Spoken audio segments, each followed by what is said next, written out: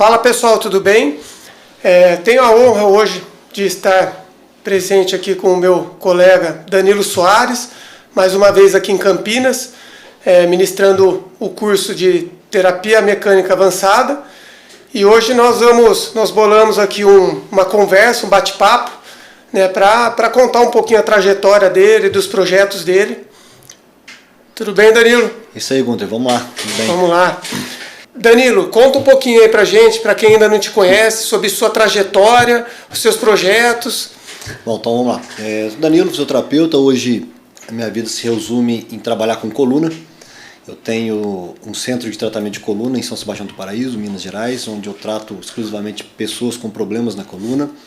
E além disso, eu ministro cursos em todo o Brasil, né, cursos destinados ao tratamento da hérnia de disco, em várias regiões do Brasil, onde eu ensino fisioterapeutas a tratarem a coluna de modo bem resolutiva.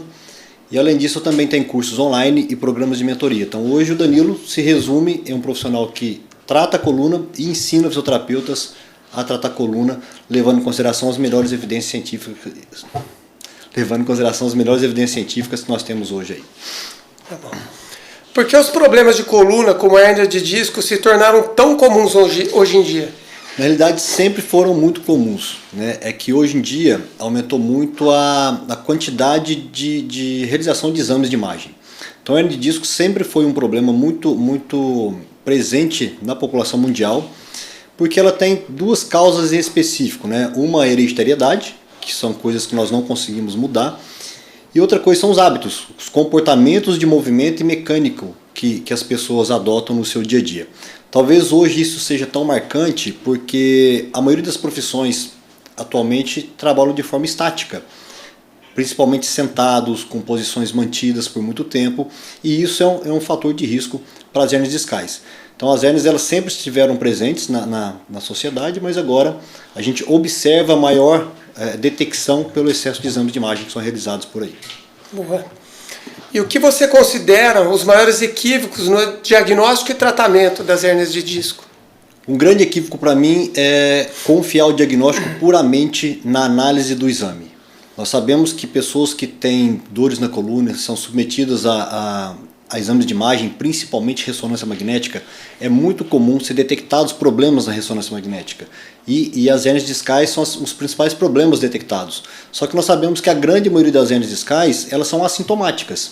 Então as pessoas adotam o exame de imagem como a grande verdade em relação ao diagnóstico. Nós como clínicos, você é um grande clínico, sabe que nós temos que levar em consideração a avaliação, os testes clínicos que nós fazemos com os pacientes nos nossos consultórios e confrontar aquilo lá, os achados com o que a gente encontra nas imagens, né?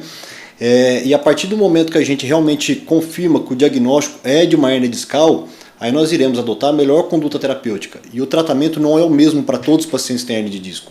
O tratamento é muito individualizado. Nós devemos, a partir de um sistema de avaliação muito bem validado e criterioso, escolher a melhor conduta para cada um. E muitas das vezes esse tratamento ele tem que ser em conjunto com médico, fisioterapeutas, educadores físicos. Então essa é uma grande falha, confiar o diagnóstico apenas no exame de imagem e adotar o mesmo tratamento para todos os pacientes. Boa. E quais os padrões você percebe nos pacientes com problemas crônicos? Um padrão muito comum são pessoas que já vêm com dor há um certo tempo e que vêm cultivando essa dor através do uso contínuo de medicamento. Então nós sabemos que a indústria farmacêutica é algo muito forte em cima da dor e que as pessoas têm uma cultura, aqui no Brasil a gente pode falar isso com mais propriedade, que a gente vive aqui, de que a dor ela tem que ser silenciada através de analgésicos e anti-inflamatórios. Então as pessoas que são submetidas a um estímulo pela primeira vez, um problema na coluna, enfim, e ela fica fazendo uso continuado desses medicamentos, ela está dando tempo para um problema se cronificar, para o corpo entrar em curto-circuito, né, e desenvolver dores que muitas vezes não são compatíveis com o estímulo. Por isso que as pessoas, a partir do momento que elas têm uma dor, seja na coluna ou outra parte do corpo, e ela faz uso do medicamento a curto prazo e não resolve, isso significa que o medicamento não vai ser ele a chave para a cura. Então ela tem que entrar numa outra abordagem. E nós, como fisioterapeutas, sabemos que o movimento é hoje a linha de frente no tratamento das dores. Então a dor crônica ela surge porque lá no seu início ela foi maltratada, né? E o corpo ele vem se sensibilizando com o tempo. Então as pessoas têm que conscientizar que quando uma determinada filosofia de tratamento não funciona, não adianta insistir nela. Tem que buscar uma outra abordagem. E é o que nós, os terapeutas, fazemos. O medicamento não funciona, nós trabalhamos com exercício. E o que a ciência mais recente diz sobre o tratamento conservador da hérnia de disco? Primeiro, a ciência ela mostra que o tratamento conservador sempre tem que ser a prioridade no tratamento da hérnia discal, com exceção de pacientes que desenvolvem problemas neurológicos graves, né, como perda de movimento, grande perda de força, incontinência urinária, fecal, enfim, que são comprometimentos graves que necessitam de uma cirurgia. Quando o paciente não tem um sintoma grave, ele deve ir para o tratamento conservador. E nós temos que entender que tratamento conservador envolve medicamentos anti-inflamatórios, às vezes infiltrações e principalmente fisioterapia bem direcionada e exercícios. Então o tratamento conservador ele deve ser a prioridade no tratamento. Por quê? Porque ele tem grande resolutividade, ele não traz riscos para o paciente e ele entra com uma abordagem que a gente valoriza muito, que é a educação em dor, que é fazer com que o paciente aprenda a cuidar do seu problema. Porque a hérnia de disco, como ela está muito relacionada com hábitos, as pessoas tendem a ter outras crises ao longo da vida. Então, se ela aprende a cuidar desse problema, ela mesma vai aprender a sair das próximas crises, né? E o tratamento conservador ele é seguro e não oferece risco. E nós temos um estudo, publicado, não é um estudo antigo, ele é recente, que mostra que quando se fala de hérnia de disco lombar, 97% das pessoas portadoras de hérnia de disco lombar não necessitam de uma cirurgia. São tratadas de forma conservadora, através de medicamentos, exercícios, fisioterapia especializada e tudo mais. E a cirurgia ela oferece um risco, né? Toda cirurgia oferece um risco. E uma vez o paciente ter sido submetido a uma cirurgia e não ter tido sucesso, não tem como voltar atrás. Então por isso que a gente sempre valoriza o tratamento conservador. Em relação à reabsorção espontânea da hérnia, isso é mito ou é verdade? Verdade, né? A principal forma de cura, vamos dizer assim, de uma hérnia de disco é a reabsorção espontânea. Quando a gente fala de cura, primeiro vamos entender o que é uma hérnia de disco. É quando o centro do disco, que é chamado de núcleo pulposo, ele extravasa para fora dos seus limites de normalidade. Então isso se denomina hérnia. Quando esse conteúdo retorna para sua posição inicial, nós dizemos que não tem mais a hérnia. E essa reabsorção acontece em 66% dos casos de forma espontânea, sem nenhum tratamento. E engraçado assim, os estudos já mostram hoje que quanto mais grave é uma hérnia em termos de tamanho, maiores são as chances de reabsorção espontânea. Então nós temos duas grandes classificações de hérnia, né, que são as mais comuns, que são as protrusões e as extrusões. Os pacientes têm muito medo das extrusões, né, que é quando o anel se rompe totalmente e aquele conteúdo se extravasa. As extrusões têm muito mais chance de reabsorção espontânea do que as protrusões. E algo muito interessante, que foi um artigo publicado em 2024, que mostra que quando a hérnia ela acontece de grande volume, ela sai de um ambiente avascular. Como assim? O disco ele é avascular, não tem sangue dentro do disco. Mas quando a hérnia ela extravasa para fora dos limites de normalidade do anel, ela acaba sendo exposta a um ambiente vascularizado. E esse ambiente vascularizado facilita a proliferação de macrófagos e, consequentemente, a reabsorção da hérnia. Então, quanto maior é o conteúdo herniado, maiores são as chances de reabsorção. E algo que é muito importante observar, que esse artigo nos mostra, que o uso constante e frequente de anti-inflamatórios dificultam a reabsorção espontânea de uma hérnia. Ou seja, quanto mais anti-inflamatório uma pessoa usa, menores são as chances daquela hérnia ser reabsorvida de forma espontânea, né? Agora, nós falamos que 66% das hérnias se reabsorvem espontaneamente. E o restante? O restante necessita de tratamento especializado, que é onde entra a fisioterapia conservadora, o tratamento conservador. E muita gente fala o seguinte, tá, mas se ela reabsorve, grande parte reabsorve espontaneamente, por que eu devo tratar? Porque a reabsorção pode acontecer num prazo médio de 3 meses a 1 ano. As pessoas vão permanecer 1 ano com dor? Elas vão permanecer esse tempo todo sem dormir uma noite tranquila de sono, sem trabalhar, sem praticar uma atividade física? Os tratamentos conservadores encurtam o tempo de reabsorção. E nós vimos aí no simpósio recente, aqui em Campinas, que existe um sinal no exame de imagem que indica que a hérnia pode ser reabsorvida, tem melhor chance de ser reabsorvida. Me conta um pouco sobre isso. Esse sinal acaba aparecendo uma imagem mais branca, né, para quem é mais leigo no assunto, que isso demonstra que tem um processo inflamatório presente ali naquele tecido herniado, e esse processo inflamatório acelera a reabsorção de uma hérnia. Então, quando a gente pega um exame de imagem e observa lá que tem uma hérnia, em volta dela tem como se fosse um contorno mais branco. Um aro, né? Um aro que indica, isso numa ponderação T2, né? Isso indica que tem a presença de líquido. Isso mostra que tem um processo inflamatório presente. E esse processo inflamatório é o corpo reagindo e tentando fazer com que aquele conteúdo seja reabsorvido. Então, quanto mais branquinho for uma hérnia, maiores são as chances de reabsorção espontânea. Quanto mais escura for uma hérnia, ela está mais rígida, menores são as chances de reabsorção espontânea. Boa. E qual o papel das técnicas de manipulação, de tração e de preferência direcional nesse cenário? Quando a gente fala de tratamento de hérnia de disco, a gente vai atrás das principais evidências científicas. Hoje, dentro da fisioterapia, né, focada e especializada em coluna, a gente vê técnicas que se sobressaem diante de outras. E as técnicas que sobressaem diante das outras são essas. Terapia manual, né? Manipulação, mobilização, exercícios baseados na preferência direcional, tração, a própria neurodinâmica. Então são técnicas que a gente chama técnicas ouro, né? No tratamento da hérnia discal. Diferente de recursos que a gente aprendeu lá atrás, né? E é muito utilizado ainda nos dias atuais, como a eletrotermoterapia, uso de ultrassom, uso de laser, ondas curtas, TNS, que tem baixa evidência científica. Então nós que estamos trabalhando com coluna, com hérnia discal, a gente tem que ir atrás das técnicas que têm grande evidência científica. E a manipulação, os exercícios preferenciais e a tração oferecem isso para a gente, né? E quando a gente aprende a tratar através dessas formas de maneira correta, dessas técnicas de maneira correta, a gente entrega resultado em menor tempo possível. Você fala muito sobre o tratamento multimodal. O que seria isso na prática? Tratamento multimodal é a associação de técnicas diante de uma patologia ou de uma condição clínica em específico, né? Nós sabemos que, acabamos de falar agora há pouco de manipulação, tração e exercício de preferência direcional. Nenhum desses é soberano diante da associação desses.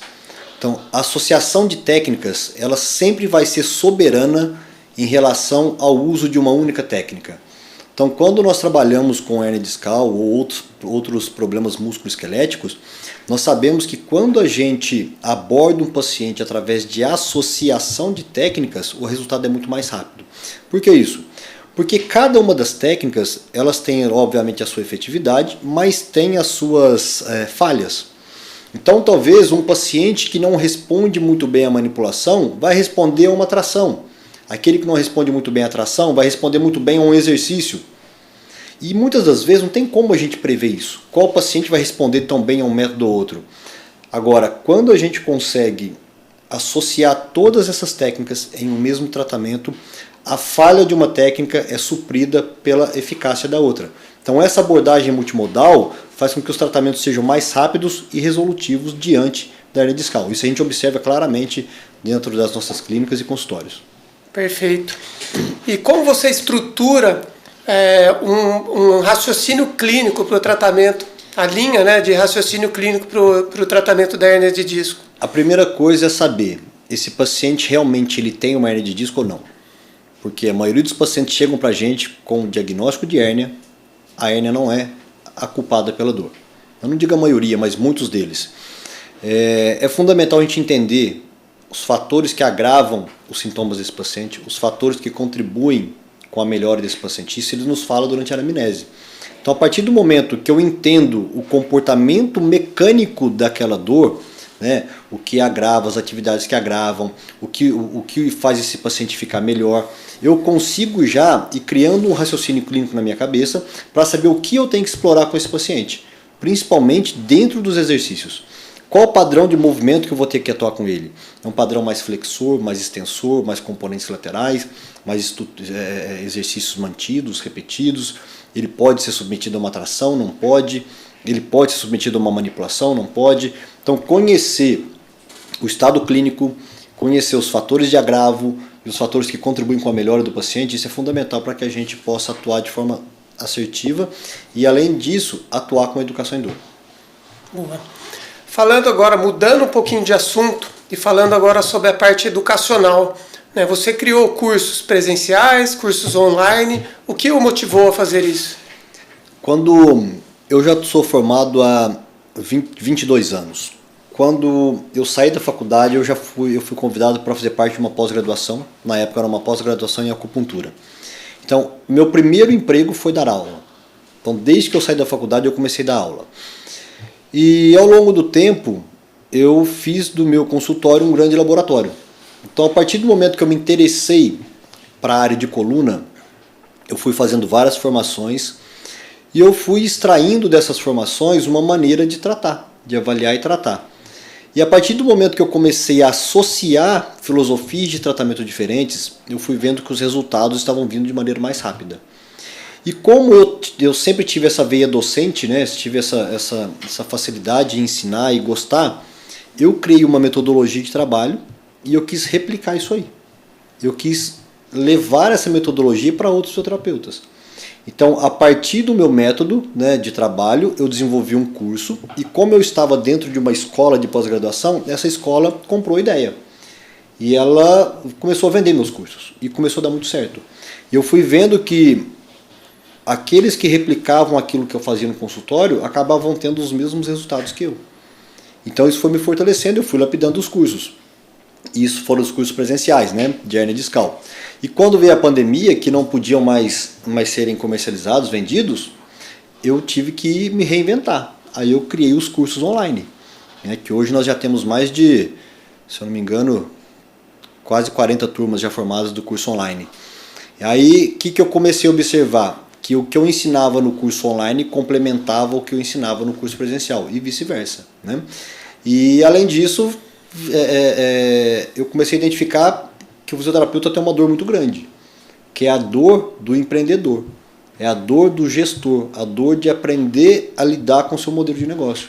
Porque tratar é fácil, o difícil é cuidar do seu modelo de negócio. Foi onde eu desenvolvi, né, uma mentoria. Mas calma que nós já vamos falar sobre isso. Então, beleza. Boa. E os principais diferenciais do seu curso?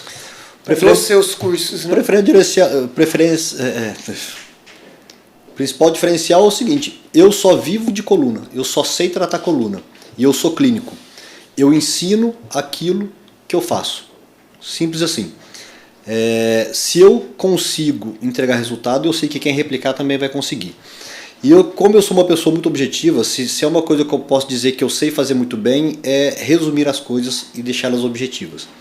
Eu particularmente eu não gosto de fazer curso que ficam dando voltas para chegar em determinado ponto. Eu consigo ir direto ao assunto. Então, como é um curso específico de hérnia de disco, eu consegui lapidar o grande conhecimento que é passado no curso de forma objetiva, né? Então eu vejo isso como um diferencial. Além disso, quem faz os cursos sabe que tem uma educação continuada. Nós temos aulas de revisão constantemente, eu sempre estou dando suporte para os alunos através da comunidade, tirando dúvidas, discutindo casos clínicos, porque as dúvidas vão acontecer. Então um dos grandes diferenciais que eu vejo também é esse, dar a continuidade ao aprendizado através do suporte do professor. Porque o professor ele não é importante só na hora que ele está na sala de aula, ele é importante na hora que vem as dúvidas. Porque é a dúvida que faz o aluno crescer. Mas para a dúvida fazer o aluno crescer, ela tem que ser solucionada. E esse é o papel nosso, né? Você também como docente. Muito bom. Já que você teve 40 turmas, eu acho que do TMA está por aí também, né? Turmas. TMA tem mais. Você teve muitos alunos. Você tem alguma história marcante de algum aluno? Né? Tem. de conquista clínica, né? Tem história de vários alunos. Hoje eu tenho já passado por todos os cursos, mais de 1.200 alunos. Tem algumas histórias bem marcantes, né? Histórias de alunos que falam: Danilo, eu estava desistindo da fisioterapia, fiquei sabendo do seu curso, fiz seu curso, hoje eu vivo da fisioterapia, ganho o que eu nunca imaginei ganhar. Tem a história de uma aluna muito querida, ela fez um dos primeiros cursos meus presenciais, e na época ela era servidora pública, ganhava em torno dos seus R$6.000, se eu não me engano. E durante o curso eu abordo não só a parte técnica, né? Você me conhece, eu abordo muito a questão de mentalidade, de gestão, de tudo mais. E ela foi aplicando tudo aquilo extra técnica que eu fui indicando eles a utilizarem, né? Dando as dicas.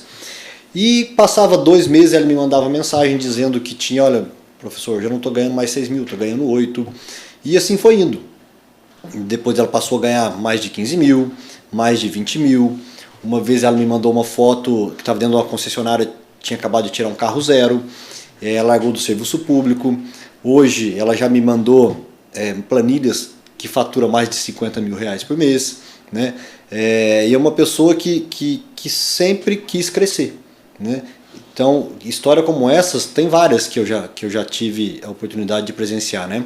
Que a gente consegue estimular as pessoas. Não foi nem tanto a parte técnica do curso, mas sim a mudança da mentalidade.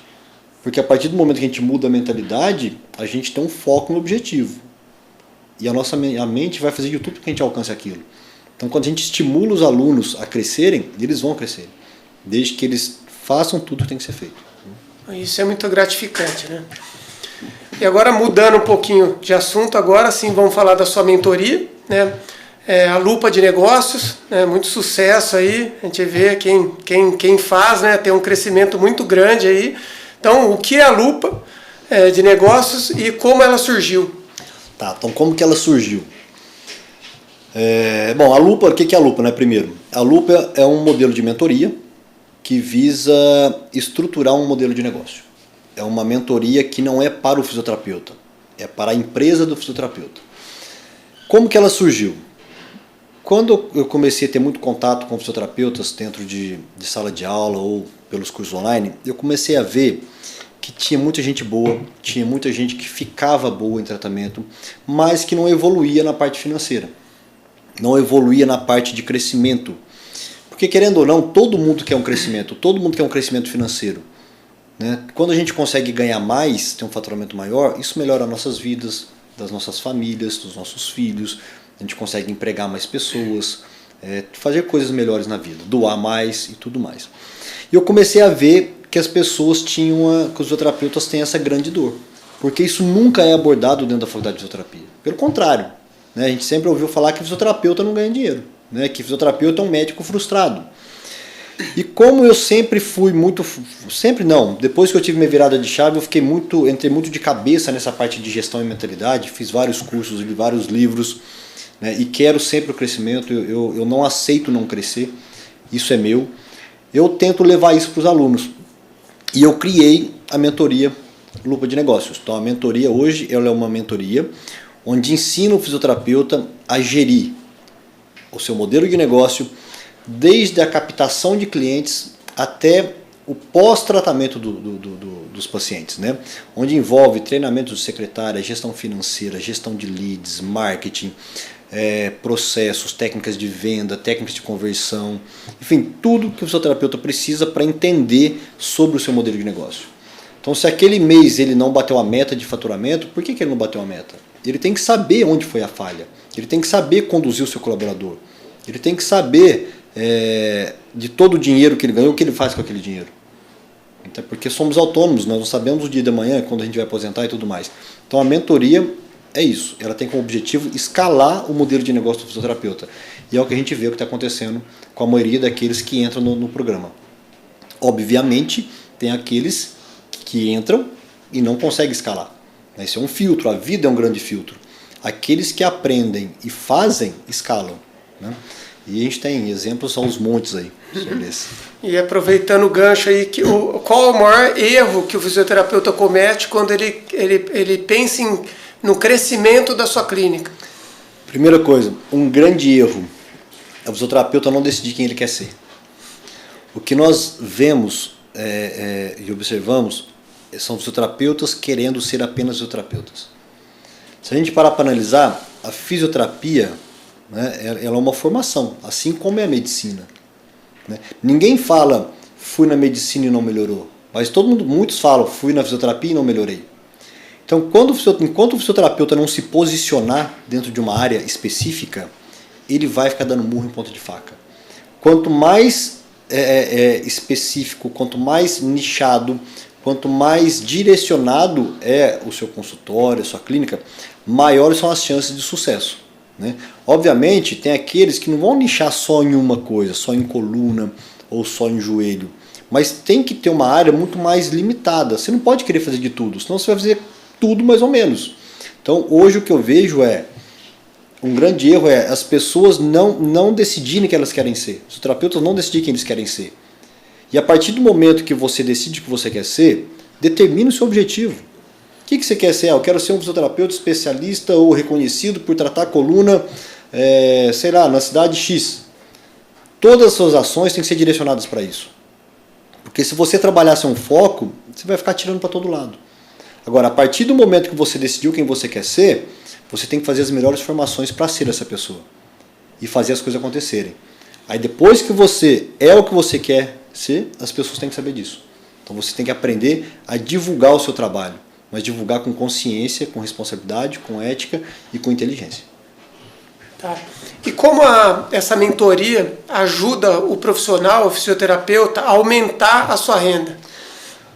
Sair da estagnação. O aumento da renda é a consequência. É a consequência do quê? Da melhor captação, da melhor conversão, da melhor venda e da melhor gestão. Então a gente vê fisioterapeutas que não sabem captar clientes. A gente vê fisioterapeutas que até sabem captar, mas não sabem converter clientes. Converter é convencer uma pessoa que mandou mensagem, uma ligação, a marcar consulta. Nós temos fisioterapeutas que não sabem vender um tratamento. E quando a gente fala vender, muitas pessoas ficam meio arredias com esse termo, mas o vender um tratamento, ele é bom para o paciente e para o fisioterapeuta. Porque quando a gente vende algo e é ético nessa venda, a gente está vendendo um plano de tratamento porque nós sabemos que aquele problema necessita de um tempo para ser reabilitado. E o paciente precisa cumprir aquele tempo, porque se ele não cumpre, ele não vai reabilitar. É a mesma coisa de um paciente que vai no médico, ele passa que você tem que tomar um medicamento a cada 12 horas por 30 dias. Aquela patologia necessita daquele tempo de exposição ao medicamento. Se o paciente toma 15 dias, grande chance de ele não melhorar. E dentro da fisioterapia é a mesma coisa. Então quando o fisioterapeuta aprende a vender um plano de tratamento, e para vender nós não podemos contar mentira, só podemos vender para quem realmente precisa, ele consegue fazer com que o paciente adere ao tratamento e ele vai ganhar o dinheiro pelo seu trabalho. Né? Então o fisioterapeuta tem que saber captar, converter, vender e gerir o dinheiro. Aquele dinheiro que ele recebeu no final do mês, ele tem que ser distribuído. Parte dele fica no caixa da empresa, parte dele retorna para o marketing, parte dele, obviamente, paga as contas, parte dele tem que ser reinvestido. Né? Então, o fisioterapeuta tem que saber tudo isso. Captar, converter, vender e gerir. Entrando agora no mérito da gestão, né, a gestão ainda é uma dor para os profissionais, né, como fisioterapeutas. O que eles precisam aprender, né, para viver bem dessa profissão? Aprender a extrair dela tudo que ela oferece. Quando a gente fala de gestão, né, o que é fazer uma gestão? É conseguir, primeiro, identificar quais as falhas estão acontecendo dentro do seu modelo de negócio que está fazendo com que você não bata suas metas. Por exemplo, eu tenho o objetivo de faturar 60 mil reais por mês. Poxa, esse mês eu faturei 40. Você sabe onde está o problema? O problema foi na captação, foi na conversão, foi na venda, foi na entrega de resultado. Então, o gestor, ele tem nas suas mãos todas as etapas do seu modelo de negócio. Por exemplo, se a captação foi ruim, ele tem que saber cobrar o marketing. O fisioterapeuta, o gestor, ele não tem que saber de marketing, mas ele tem que saber cobrar o pessoal do marketing. a secretária não está conseguindo converter os leads, as mensagens em consulta. Ele não tem que saber fazer o papel da secretária, mas ele tem que saber conduzir a secretária a fazer o papel dela. Né? Bem como em cima da venda. Meu colaborador não vende, ele tem que saber treinar o colaborador dele. Então, se o fisioterapeuta não aprender a ser o gestor e a entender todas as etapas do seu modelo de negócio, ele não vai ter um negócio escalável. E principalmente aquele que é modelo consultório. O consultório, ele escala muito pouco. A escala de um consultório é no valor cobrado. E para você conseguir aumentar o seu valor, você tem que ser uma autoridade, uma referência. Né? Agora, quem tem clínica tem que aprender a escalar através do aumento dos braços. Mas para isso, a pessoa vai ter que sair bastante do operacional e entrar muito dentro da área da gestão. Né? Parar de ser um técnico e sim ser mais gestor e pensar. Porque quem atende muito, quem trabalha muito, não tem tempo de pensar no crescimento. E você fala muito de gestão de leads, marketing, vendas. Como equilibrar com o cuidado clínico? O cuidado clínico, né? A atuação clínica é a nossa ponta final do modelo de negócio. Né? Nós não vendemos um produto, nós oferecemos um serviço. Eu só consigo, por exemplo, tratar você se eu tiver você na minha clínica. E às vezes você não sabe que eu existo. Você tem um problema que quer uma solução, mas não sabe quem achar, não sabe quem encontrar. E eu sei resolver o seu problema.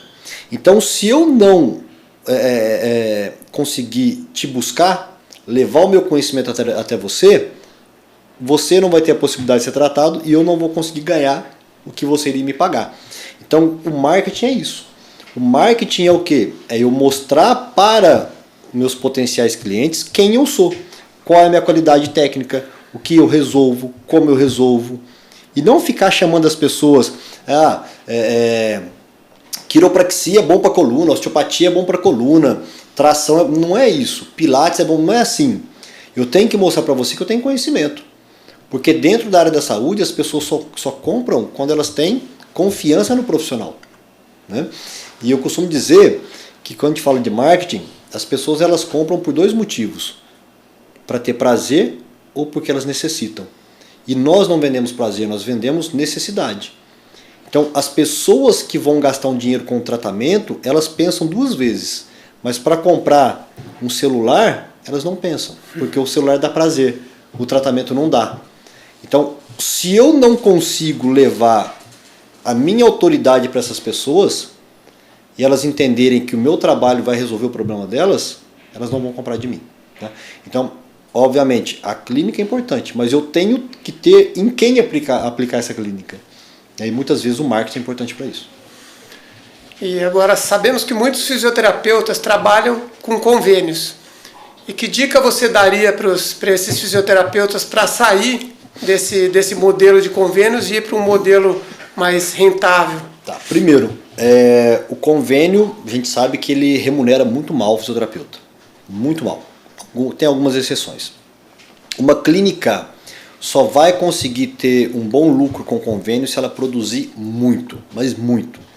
Então a primeira coisa que todos os terapeutas devem saber, qual é o valor mínimo que a clínica dele deveria estar recebendo por hora para que ela possa ter lucro. Então tem um cálculo que se faz em relação a isso, que leva em consideração despesas fixas, a alíquota de imposto, a capacidade da agenda. Então a primeira coisa, a sua clínica de convênio está dando lucro ou não? Eu vou te dizer que mais de 80% não dá lucro. As pessoas acham que dá lucro porque o convênio movimenta a clínica delas e dá um bom faturamento. Mas faturamento tem nada a ver com lucro. Né?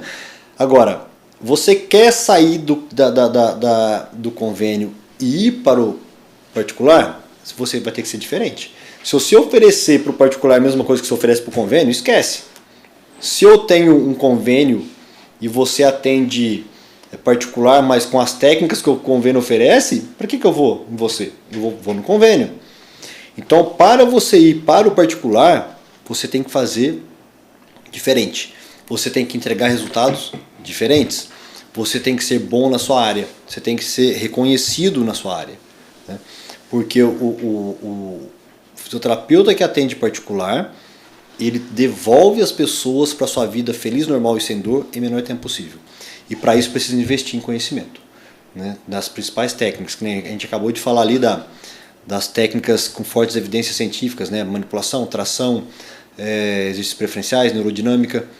Faz essas formações, aprenda a trabalhar com elas e faça com que as pessoas entendam o que você faz. Então você vai, para fazer essa migração, você tem que fortalecer muito a sua autoridade, senão não consegue. Boa. Falamos muito do que você já fez, do que você vem fazendo e agora do futuro, né? O que te move hoje, né? E quais são os seus próximos passos aí? Eu tenho um grande propósito, eu sempre falo isso nos cursos.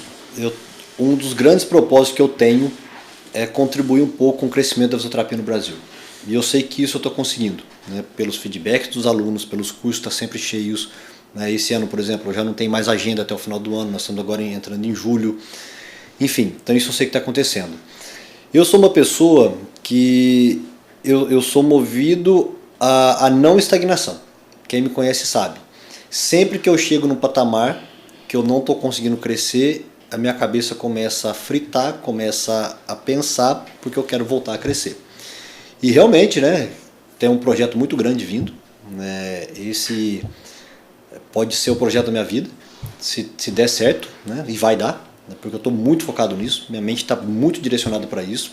Ainda não posso falar o que é, né, você sabe mais ou menos o que é. Eu sei. Não vai falar, hein? Spoiler. Mas é um projeto que obviamente vai elevar muito os tratamentos de coluna que nós temos atualmente aqui no Brasil. E é isso que me move, crescimento. Crescimento. Eu acho que todo mundo tem que ser movido ao crescimento. A estagnação não funciona, né? Obviamente, com ética, seriedade, responsabilidade e tudo mais. E se esse projeto dando certo, eu estagnar, vai vir outros. Isso eu tenho certeza disso. Porque eu sempre falo isso para os alunos. É uma vida, uma chance, cara. E eu quero que essa vida minha seja muito boa. Então, eu não aceito não crescer. Então, todo ano eu tenho que crescer. E eu vou crescer e quem estiver comigo vai crescer junto. Perfeito. E agora, encerrando aqui, qual a mensagem final aí para os fisioterapeutas que estão ouvindo a gente aqui? Mensagem: decida quem você quer ser. Siga as principais referências que fazem o que você quer fazer. Replique o que eles fazem. Invista em conhecimento. Mudem sua mentalidade para o crescimento. Aprendam a gerir o seu modelo de negócio. Se você fizer tudo isso, não existe um resultado a não ser dar certo. Só que vai ter dificuldades, vão ter tropeços, fracassos, quedas. Só que isso faz parte do crescimento. Ninguém cresce na facilidade. Todo mundo cresce diante de uma dificuldade. É que nem uma montanha-russa, ela desce para pegar impulso para subir. O problema é, a maioria tem medo, a maioria fraqueja, a maioria desiste nas primeiras dificuldades. Então, decida quem você quer ser, replique o que suas principais referências fazem, não desista, tenha foco, vá atrás do crescimento e aprenda com seus erros. E sabendo que nada é fácil, né? Tudo depende de esforço. Se for fácil, desconfia. Tudo que é fácil tem que ser desconfiado. Exatamente. Show. Bom, acho que vamos ficando por aqui. Agradeço aí a presença do Danilo. É um prazer ter você aqui em Campinas novamente. E agradecer aí por tudo que você faz aí pela fisioterapia, pelos seus alunos. A gente acompanha de perto, né, a evolução deles e o crescimento, né, do nome fisioterapia. Né, você tem um dedinho ali e muito sucesso aí no seu novo projeto. Mas isso é possível graças a pessoas como você, que acreditam no curso, que me trouxe para Campinas. Não lembro qual turno que nós já estamos aqui agora, mas você me convidou para vir para Campinas, você abriu as portas sem me conhecer direito, né? Hoje somos grandes amigos, grandes parceiros, nossas famílias são amigas. E é isso, cara, a gente tem que juntos fazer o negócio crescer. Obrigadão e vamos lá.